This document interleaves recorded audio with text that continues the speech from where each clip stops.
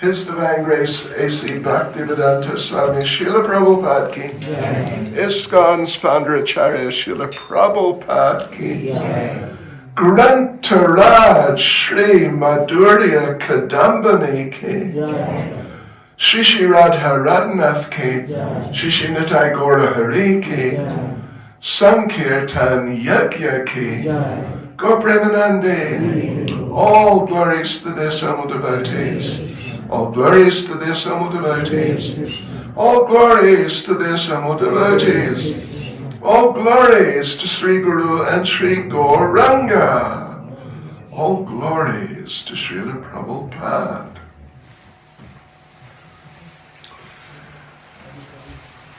Hare Krishna, devotees. How nice, how wonderful to be here with you all. And we're going to, this evening, launch into very interesting project. Really very, very interesting. The study of the book named Madhurya Kadambini by Srila Vishwanath Chakravarti Thakur. You know, it is unusual for us to do programs focused on literatures other than Srila Prabhupada's. But this is very much in keeping with Prabhupada's writings and elaborating even on certain very important and very interesting parts of what Srila Prabhupada describes in his books and his classes and so on. Madhurya Kadambini, well, it means a cloud bank of nectar.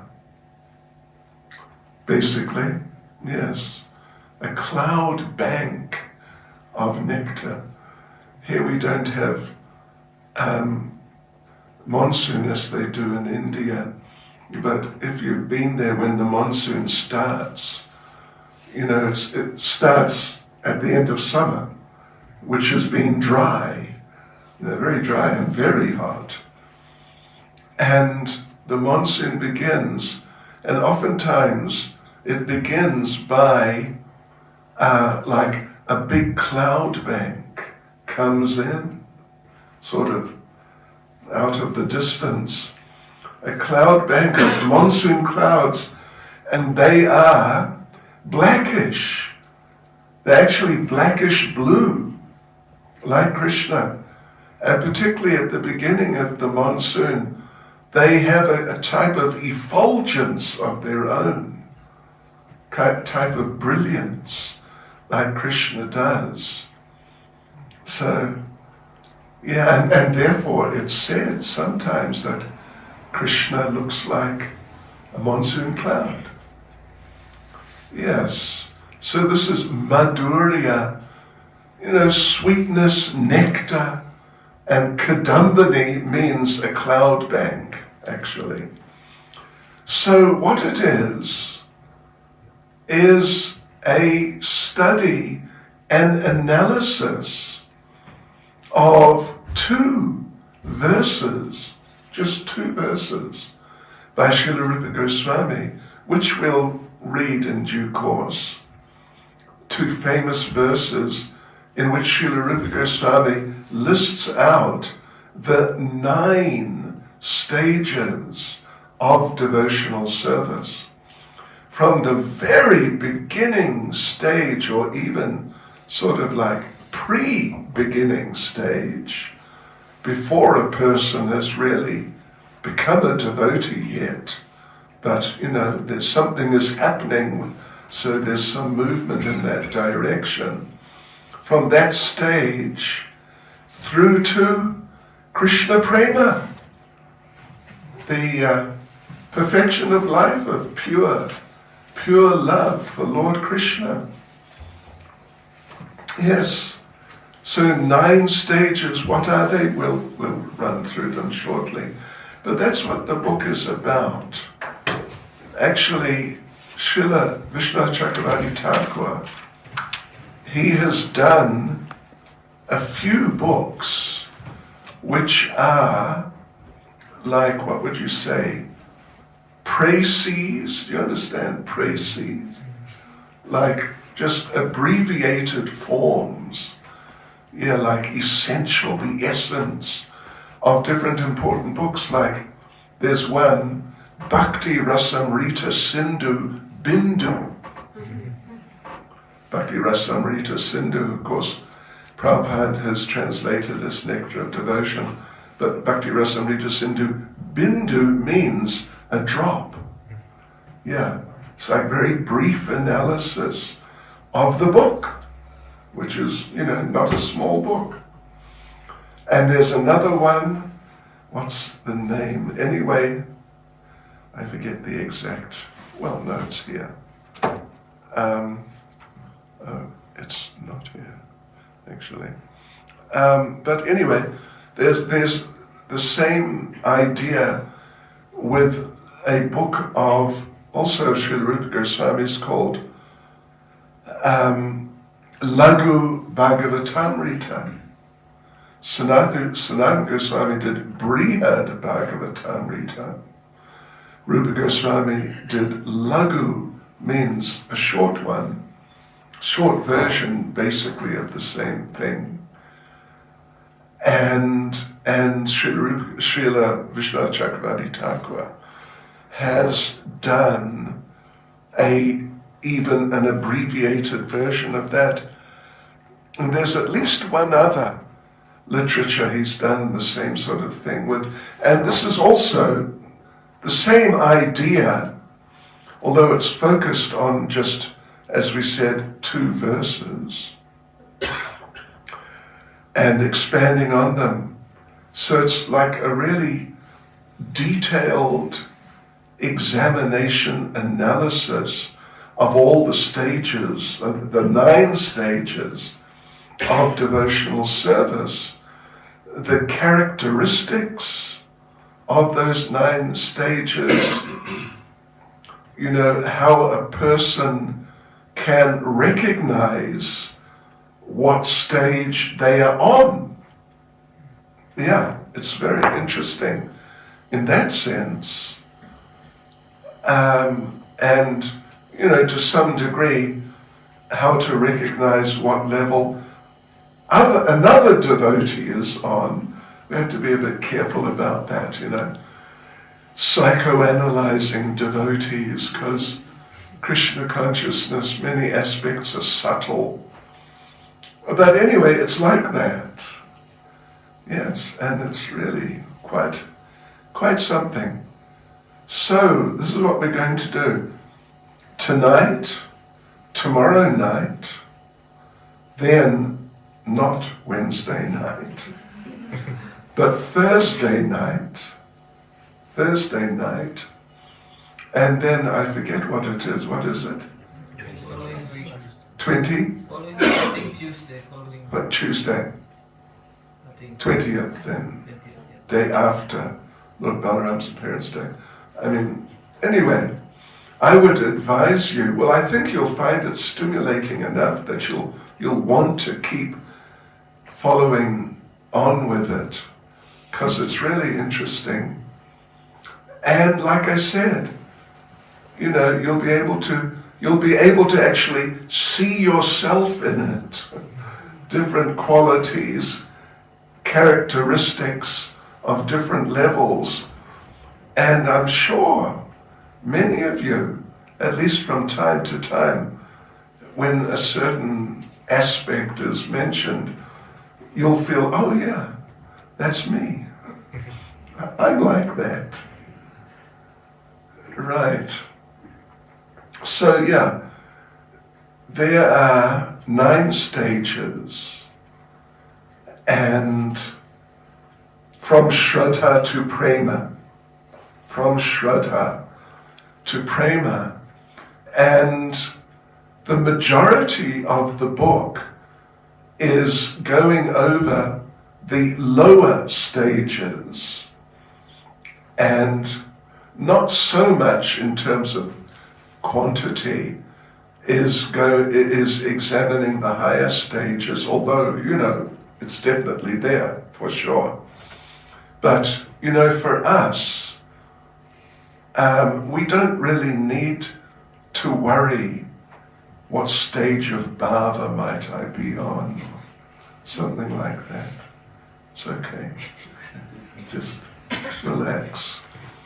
But certainly, you know, levels like Anartha-nivritti, yeah, that's really important. Nishtha, and how devotees achieve these different stages. These things are very relevant to us. And, you know, you could say more for information's sake. There's information about Ruchi, Asakti, Bhava, and Prema, all of which is extremely interesting. So, okay, that's the idea. And, you know, it's an educational course. And therefore, I know we should have said in advance, I didn't think about it myself, I see, look, one devotee has a book and a pen. Congratulations.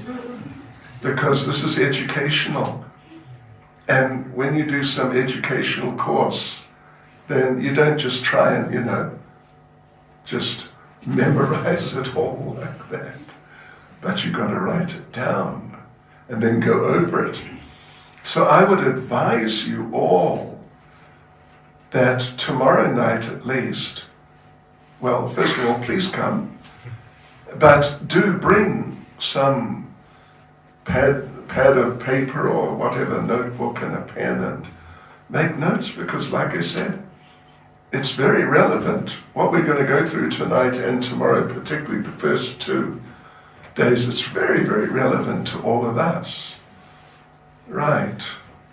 And you'll see yourself, you'll recognize yourself in certain respects, at least, as we go through this. So, okay, here we go. There's a Mangala Charana.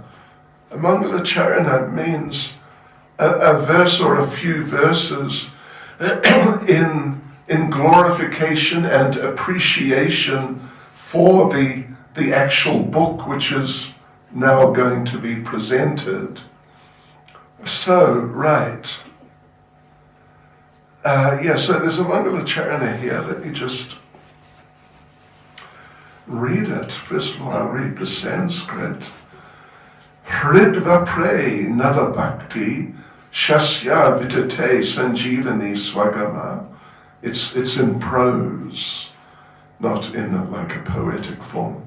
Rambe Kama Dapartu Dahadamani Vishva Pagolasani, Durane Maru Sakinopi, Sarasi Bhavaya Bhuyat Prabhu, Shri Chaitanya Kripa, Nirankusha, Maha Madhurya Kadambini, which means the mercy of Sri Krishna Chaitanya Mahaprabhu is an uncontrollable cloud bank of exquisitely sweet nectar, whose sudden appearance fully rejuvenates the grains of ninefold bhakti in the field of the heart, extinguishes the burning summer heat of lust, and bestows rapture meaning great happiness, to the universal river of living beings.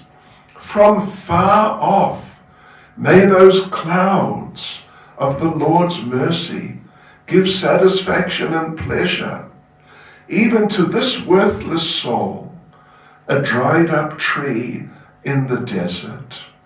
And as Srila Vishnu Chakravarti Thakur, like spiritually, could be considered a worthless soul, like a dried up tree in the desert.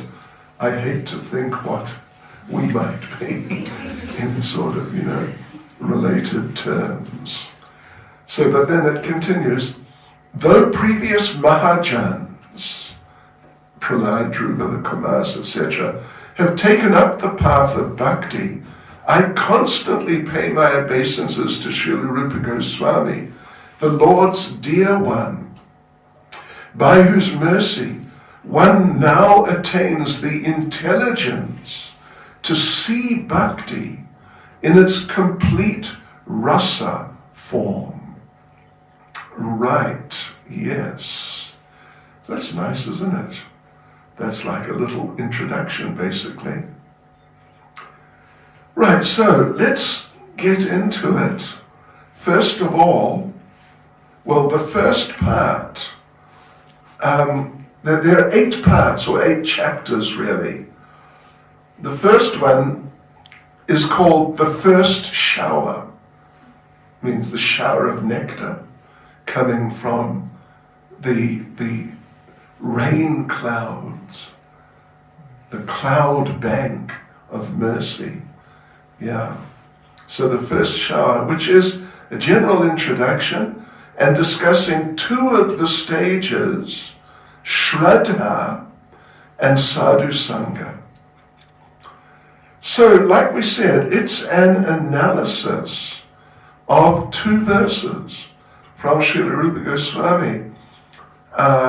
They're found in Bhakti Rasamrita Sindhu, but Srila Prabhupada has quoted them as I'm going to read right now from the purport of Bhagavad Gita chapter 4 verse 10.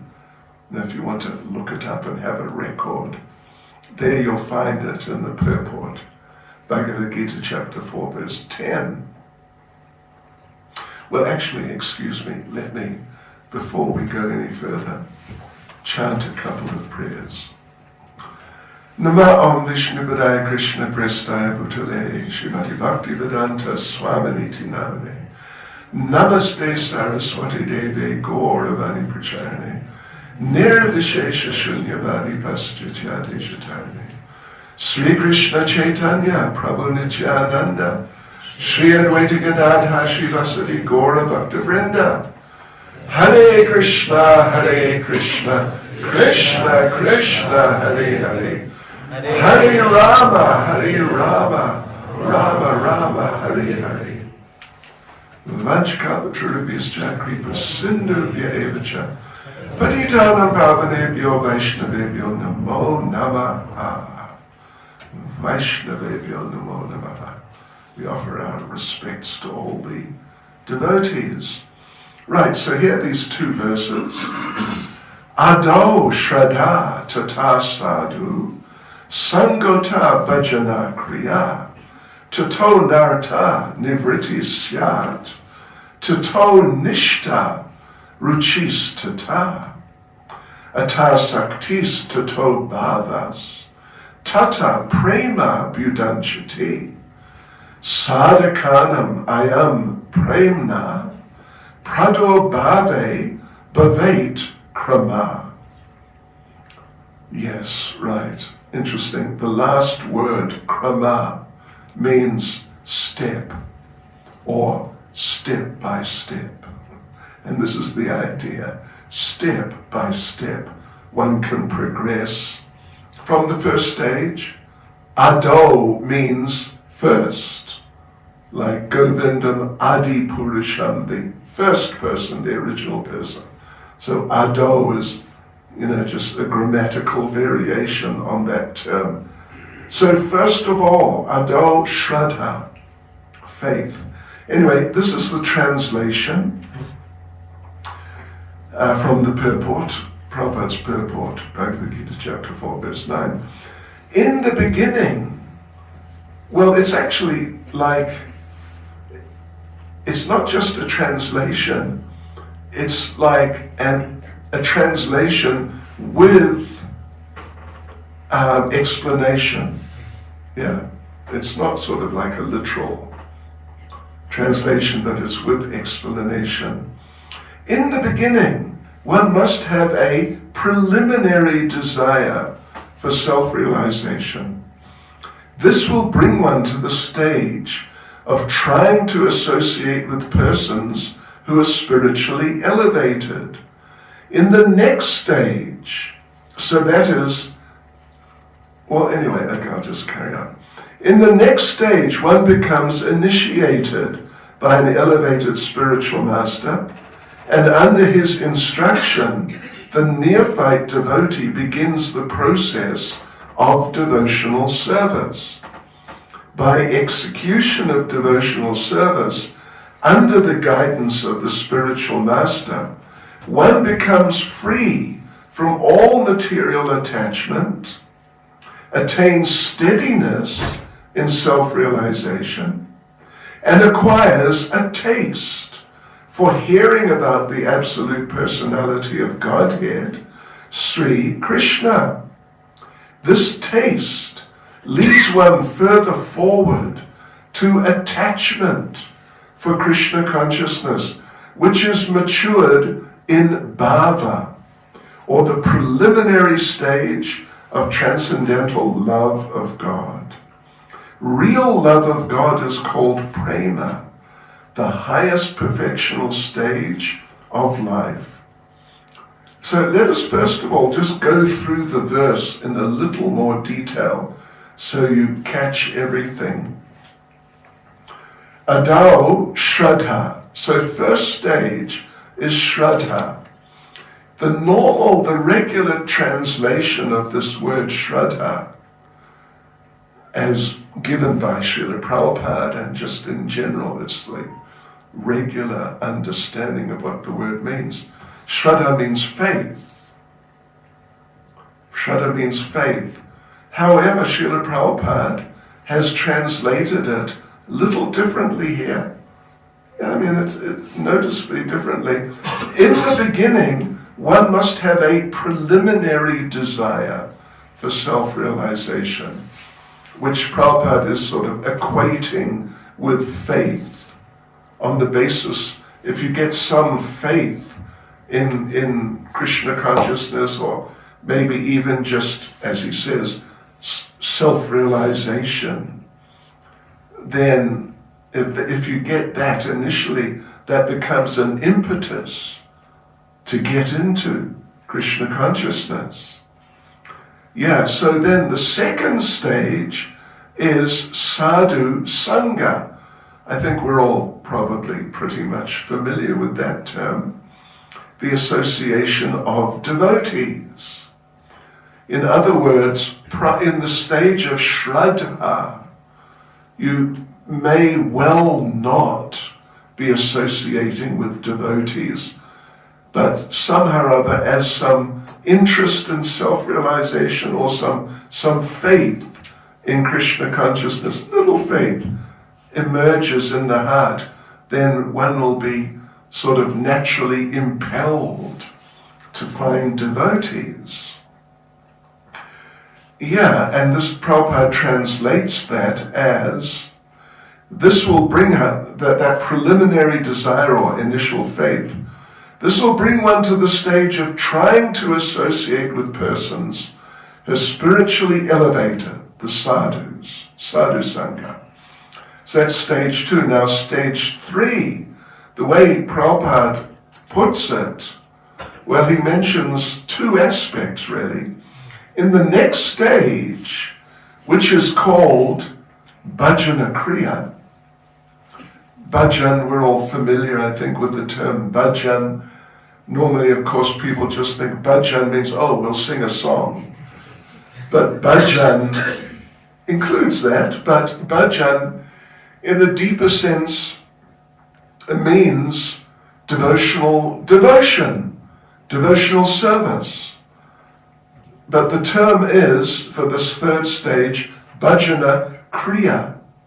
Kriya means activities.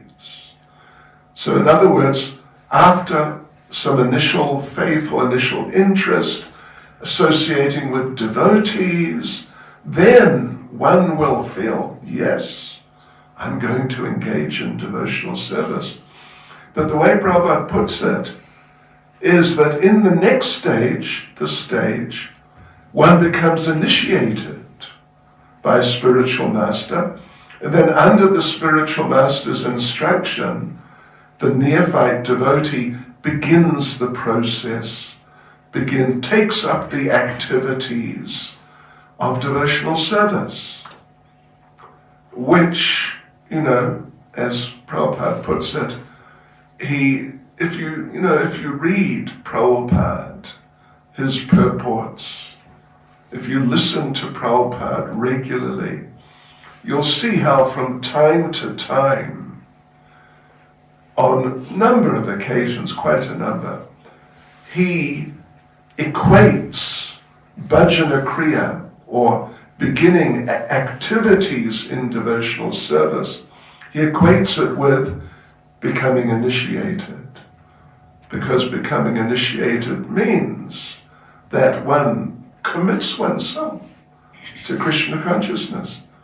Before that, and the other, the stage of Shraddha, it's just some interest really. Sadhu sangha means, you attend the programs, you associate with devotees, but basically just that. But then seeing the devotees and seeing how happy the devotees are, right? Right. Then one thinks, yeah, I want to be like this. I want to do this. I'm going to get into this. Then one takes up, in practical terms, devotional service. So that's stage 3. And of course, if you're going to take it up, then you need some instruction. You don't just do it yourself, DIY, Krishna consciousness. It's not how it works. But it's all under supervision, guidance, direction even, of the spiritual master and other senior devotees. Yeah, so it's kind of implicit in the 3rd stage that spiritual master will be there. Okay, so then 4th stage is Anartha-nivritti. Let's read what Prabhupada says. By execution of devotional service, under the guidance of the spiritual master, one becomes free from all material attachment. Okay, that's it. So now you're engaged regularly in devotional service. And the particular specific point is that being engaged like that, you become free from maya, from material attachments, or the actual term itself, anartha. I think we've all heard this term anartha before. Literally, anartha, it's a compound It's based on the term artha. Artha means, literally it means something useful, like some activity which is useful, is good, and you should do it. But anartha means something useless, not useful, literally. Or even not just not useful, but detrimental, So that's anartha, and nivritti means to nullify, or literally to make zero. To make zero all the sort of useless things that you're so sort of conditioned to through living in material existence. At least for this lifetime, however many years it's been.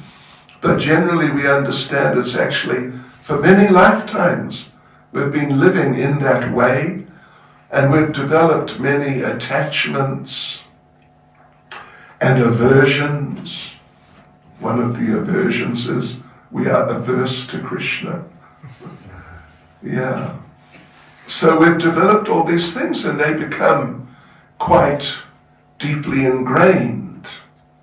But now that one, through Bhajan-kriya, now one is actively, regularly engaged in devotional activities, in devotional service, then one is becoming cleansed, becoming purified. Krama, step by step. It's all step by step. One's becoming free from those attachments and whatever, likes and dislikes on the material level. So that's the fourth stage. And now the fifth stage is nishtha. Fifth stage, there are 9 stages, so fifth stage means it's right in the middle. It's the actual middle stage of the 9. And nishtha means steadiness, stability, steadiness, literally, nishtha. So the way Prabhupada puts that is that one becomes free from all material attachment, that's Anartha-nivritti, and then one attains steadiness in self-realization, or, specifically in Krishna consciousness. The different practices of Krishna consciousness and some regular engagements in some particular devotional services like that. So that's the fifth stage, right in the middle. And then the next stage is Ruchi. Ruchi means taste.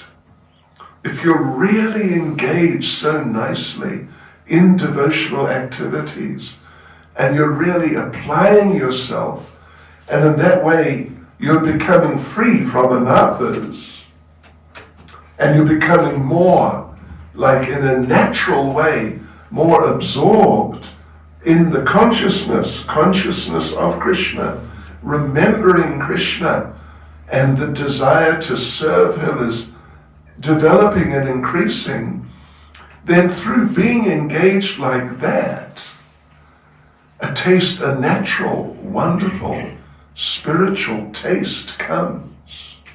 Because Krishna is Satchitananda. He is the embodiment of eternity, full consciousness and bliss. And when you contact Krishna, then you contact those aspects of his nature. Just like, we all know it's been cold the last couple of months or so. It's been the middle of winter. And in the middle of winter, oftentimes you want to sit by a heater or a fire or something like that. And you could say, associating with the heater or associating with the fire, or just, sitting close to it, then the quality, the particular quality of the fire, of heat, you pick that up, obviously. So by associating with Krishna, because Krishna, like when we chant Hare Krishna, Krishna's there in the mantra. When we serve in the temple, serve the deities, well, the deities are Krishna, Radha Krishna, Gaunitai, like that. In person, they're there. And when we hear the Shastra like this, then the Lord is present within the sound vibration. Yeah, like this in all these different ways and other ways to associating with devotees. Krishna's there. So by performing those activities, we're contacting Krishna and we become like constantly in contact with Krishna. And that blissful nature of Krishna, we pick it up. Just as you pick up the warmth, the warm nature of fire or a heater. So therefore, in a natural way, taste comes. And it comes from Krishna, from contact with Krishna. Just as if you contact water, you become wet. You pick up the nature of the water. Fire, you pick up the nature of the fire. You know, Prabhupada, you know the example Prabhupada gave most often to illustrate that point? It's a very famous example. What is it? No. Putting iron in fire. An iron bar in fire. An iron bar by nature is cold, but you put it in a fire and leave it for a while, it picks up the nature of the fire. And then if you touch it, you will not experience the usual iron experience. You'll experience fire. Yeah. And it acts as fire. You touch it to paper, the paper will burst into fire. Prabhupada gave that example often. So in this way, as the iron becomes fiery through contact with fire, through association with fire, so Prabhupada would say, the devotee becomes Krishnized through contact with Krishna, picking up Krishna's nature. So, and Krishna being so blissful, just the ocean of nectarian bliss, then when you are really absorbed in devotional service very positively, and you're very steady in it and focused like that, then Ruchi, you experience a taste basically all the time. Yes, and then Ata means then thereafter, Asakti. Asakti means attachment. Well, the way Prabhupada puts it, so one acquires a taste for hearing about the absolute personality of Godhead, Sri Krishna, that's Ruchi. This taste leads one further forward to attachment for Krishna consciousness, in the sense that you see that because I'm engaged in Krishna consciousness, I'm experiencing this taste all the time. It's just wonderful. And it becomes clear that it's because of Krishna consciousness. So then you become attached to Krishna consciousness. I don't want to do anything else. I will not do anything else. Yeah. Even if you offer me money, like Giriraj Maharaj's father offered him I think just $1 million. Maybe it was two, but at least one, and that was, more than 40 years ago. So what $1 million would be worth today? It's a lot more. If you just give up Krishna consciousness, and I'll set you up in a business, with $1 million, and away you go. But Giriraj Maharaj refused. Right, yes. So this taste gives such inspiration. Krishna consciousness is so wonderful that you become attached to Krishna consciousness, which is, you know what you're getting the taste from. So then so then you get attachment for Krishna consciousness, Asakti, which is matured in Bhava, or the preliminary stage of transcendental love of God. Bhava, literally, Prabhupada translates as ecstasy, or loving ecstasy. Basically, yeah. And there are a number of bhavas, different types of ecstasies, which are present when you enter the stage of bhava. And probably on our last day, I assume, yeah, it'll be our last day, we'll talk about those, the different bhavas. Very interesting indeed. Yes, right. And that bhava is the preliminary stage of transcendental love of God, or prema. What that means is that bhava is actually prema, but it's like a very limited form compared to full Krishna prema. It's something, relatively speaking, not so significant at all. But, yeah, but still, it's something very wonderful. Very, very wonderful. It's the preliminary stage of love of God. And then real love of God, not just some little bitty sort of, little bit of a experience of it, but real love of God is called prema, the highest perfectional stage of life. So this is what we're going to be discussing, devotees.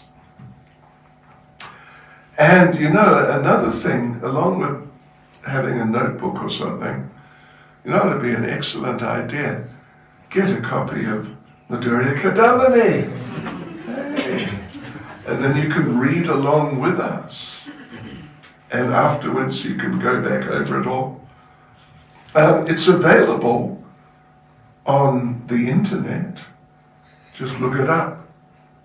If you've got Prabhupada's books on computer, I'm pretty sure it's in there. Otherwise, if you need a copy, just, you know, like in a digital form, I can give you one. But, you know, I think it goes without saying, it would really be helpful to have that. So, okay, now we get into it. We really start getting into the discussion. What we've done now is just by way of introduction. So, part one of the first shower of nectar. Part one of that first shower of nectar is called "The Lord is Rasa." Rasa means transcendental mellow, which means transcendental ecstasy, transcendental love. And the point is made, the Lord is Rasa. The Lord is the support of Brahman, He's the support of everything. So therefore, the Lord is not dependent on anything material. Similarly, just as the Lord is independent in how He appears in this world and how He does, you know, whatever He does, whatever He likes, so similarly, His internal spiritual energy is also independent. This is an interesting point. That internal spiritual energy particularly manifests as ecstasy. You know, the internal potency, you are hopefully aware, Sat, Chit, Ananda, eternity, knowledge or consciousness and bliss. And the actual energies themselves, Sandini, is the energy of eternity. Samvit is the energy of Chit, of knowledge, of consciousness. And Hladini, the pleasure potency, which is Radharani, is the energy of bliss, of ecstasy, of pleasure. Now, the thing is, this is an interesting point, an important point to just note, is that even though the spiritual energy is made up of these three sort of aspects or whatever, these three, but they're all, the first two, eternity and consciousness, are all serving the pleasure potency. Their glory is that they're facilitating Hladini, the ecstasy of love of God. Sandini, the eternity potency. What is the point of it? What is the use of it?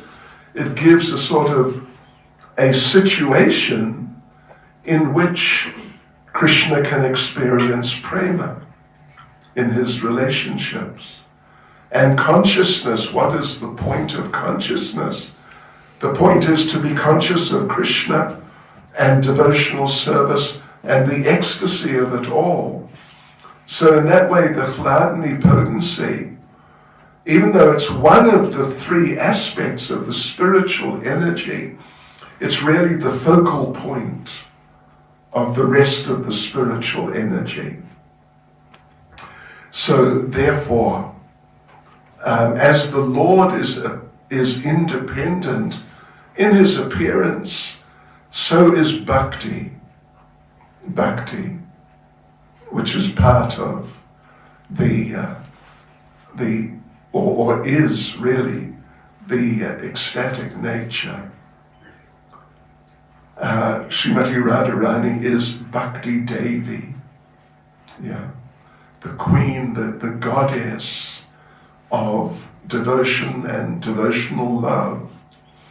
So the point which is now explained, and this is really important, and I hope you'll write it down on your phone or whatever for the time being, but now there's a discussion.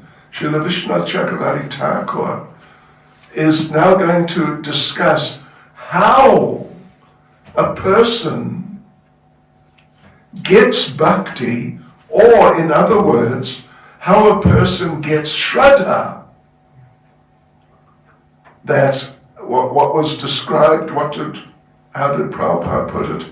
The preliminary desire for self-realization, that preliminary interest, like, oh, what is this actually? Krishna consciousness. Or a little faith. That, oh, this Krishna consciousness looks interesting. That means that's a little faith. Not much, just looks interesting. But there's enough faith there to feel that it looks interesting rather than it looks strange or something like that. So that's the beginning of Shraddha, the first stage, that somehow or other some interest arises in Krishna consciousness. So the question is, how does it arise? And Srila Vishwanath Chakravarti Thakur in the book, he suggests a number of ways, some Shraddha, some faith, or some initial interest may arise, or a person gets some bhakti. Because if you have some Shraddha, means you have some bhakti. They're sort of interchangeable, bhakti, shraddha. So how might you get bhakti? How might you get some initial interest in Krishna consciousness? Well, how about by luck? There's a whole lot of people walking in the street and you're one of them, and suddenly, whoa, bhakti! Or, at least interest in Krishna consciousness. Gosh, yes. And the rest of the people, they're just, going here and there, doing whatever they're doing. But not you. You're thinking, oh, this is interesting, Krishna consciousness. Means you got a little bhakti, a little shraddha, a little interest, little faith, but it's there, it exists. So what do you think, by luck? Does that sound like a good idea? Anyway, the answer to that question is no. How about, now this may well sound better, that a person gets bhakti or shraddha, some interest in Krishna consciousness, little faith in it, because of having been pious, materially pious previously, like vegetarian, trying to help the suffering people, or these types of things. Sounds a bit better than just luck, doesn't it? Because if you do good things, if you help people, and if you're vegetarian and you don't drink and you don't smoke and all that sort of thing, that's pious activity. So that sounds better, doesn't it? It is better, but it's not the answer. Because material pious activity is material. And bhakti, or faith in Krishna consciousness, is not material. It's spiritual. It's very spiritual. So therefore, Vishnu Chakravarti Thakur rejects that as being like the cause of a person, you could say, becoming a devotee ultimately, but at least initially developing some interest and so on like that. How about this? Maybe you get bhakti or shraddha by Krishna's mercy. What do you think of that? That sounds pretty good, doesn't it? But the problem with that is, Krishna says in, what's the verse? Samoham sarva bhuteshu. What verse number is that? Samoham sarva bhuteshu name dveshasti na priyaha. What is it? 929. 929. Right, 929. The problem is, Krishna says in that verse, Samoham, I am the same or equal, sarva bhuteshu, to all living entities. Name dveshasti, I don't hate anyone. Na priyaha, no one's dear to me. So, what would be the question then of, again, you're walking down the street, as you were, and all these other people are there, and Krishna just decides, there it is, there he is, bang, whoa, hey, suddenly Krishna consciousness. But all the other people are just lost in the material world as usual. So therefore, that one would get Krishna consciousness, Shraddha Bhakti, by Krishna's mercy, is also rejected. How about you might get it just by his causeless mercy? That's also rejected because it would indicate favoritism. I mean, it's connected with just the idea of just mercy. But now this is like a special type of mercy. So then the suggestion is, what about by the mercy of devotees? That sounds interesting. Let's just look at that momentarily because we've got to stop in a minute or 5. So yeah, now the problem with that is there are 3 categories of devotees. Kanishtas, beginners, madhyams, in the sort of the middle stages, and the uttama adhikaris, the pure, perfect devotees. The problem with the kanishtas is they don't have enough bhakti to give someone bhakti, and they don't know much, so they can't really explain much so that a person will, get the idea, yeah, right, that's it. Now this is good, I'm going to do it. The kanishta is not really equipped to help someone really grasp Krishna consciousness. Then what about the top class, uttama adhikari, perfect, pure devotee? The problem there is, the problem, there's a verse. The most advanced devotee sees within everything the soul of all souls, the Supreme Lord Sri Krishna. Consequently, he sees systematically everything in relation to the Supreme Lord and understands that everything that exists is eternally situated within the Lord, including you. Yeah. The very elevated devotee, and Prabhupada discusses this numerous occasions, is so advanced and so sort of liberal and all-loving that he or she feels everyone's a devotee except me. I'm just a useless. But look at this one. And I'm not meaning any of you sitting here, but just some person. Look at this one. This one is more Krishna conscious than me, meaning a non-devotee. And so therefore, the most elevated devotee generally feels that there's no need to preach to these people because they're all Krishna conscious already.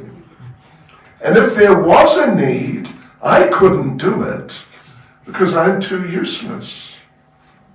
So therefore, the understanding is that one generally will not get bhakti or shraddha or, some entrance into Krishna consciousness from a kanishta adhikari because of their just incapability, or from an uttama adhikari because they're just in that special, very kind of esoteric world of consciousness. So what about the intermediate stage of devotee? This is the description from Bhagavatam. An intermediate or second-class devotee called Madhyam Adhikari offers his love to the Supreme Lord, is a sincere friend to all the devotees of the Lord, shows mercy to ignorant people who are innocent, and disregards those who are envious of the Lord. So, if we consider that, very Krishna conscious, and relishes being in the company of devotees, doesn't want to be with anyone else, but very merciful to ignorant people. Yeah. Innocent, ignorant people. Not nasty, ignorant people, because then they become in the category of those who are envious. They're demons. But those, innocent people, they're in Maya, they don't know who Krishna is or what's going on. But they're innocent, they're kind of open, so if you come and present things to them nicely about Krishna consciousness, then they say, oh yeah, that's interesting. Hadn't thought of that. And in this way, they can become devotees. So the answer then is that how does someone get Shraddha or Bhakti, devotion, in the very beginning stages, most beginning stages? It's by the mercy of the Madhyam Adhikaris, the middle level devotees.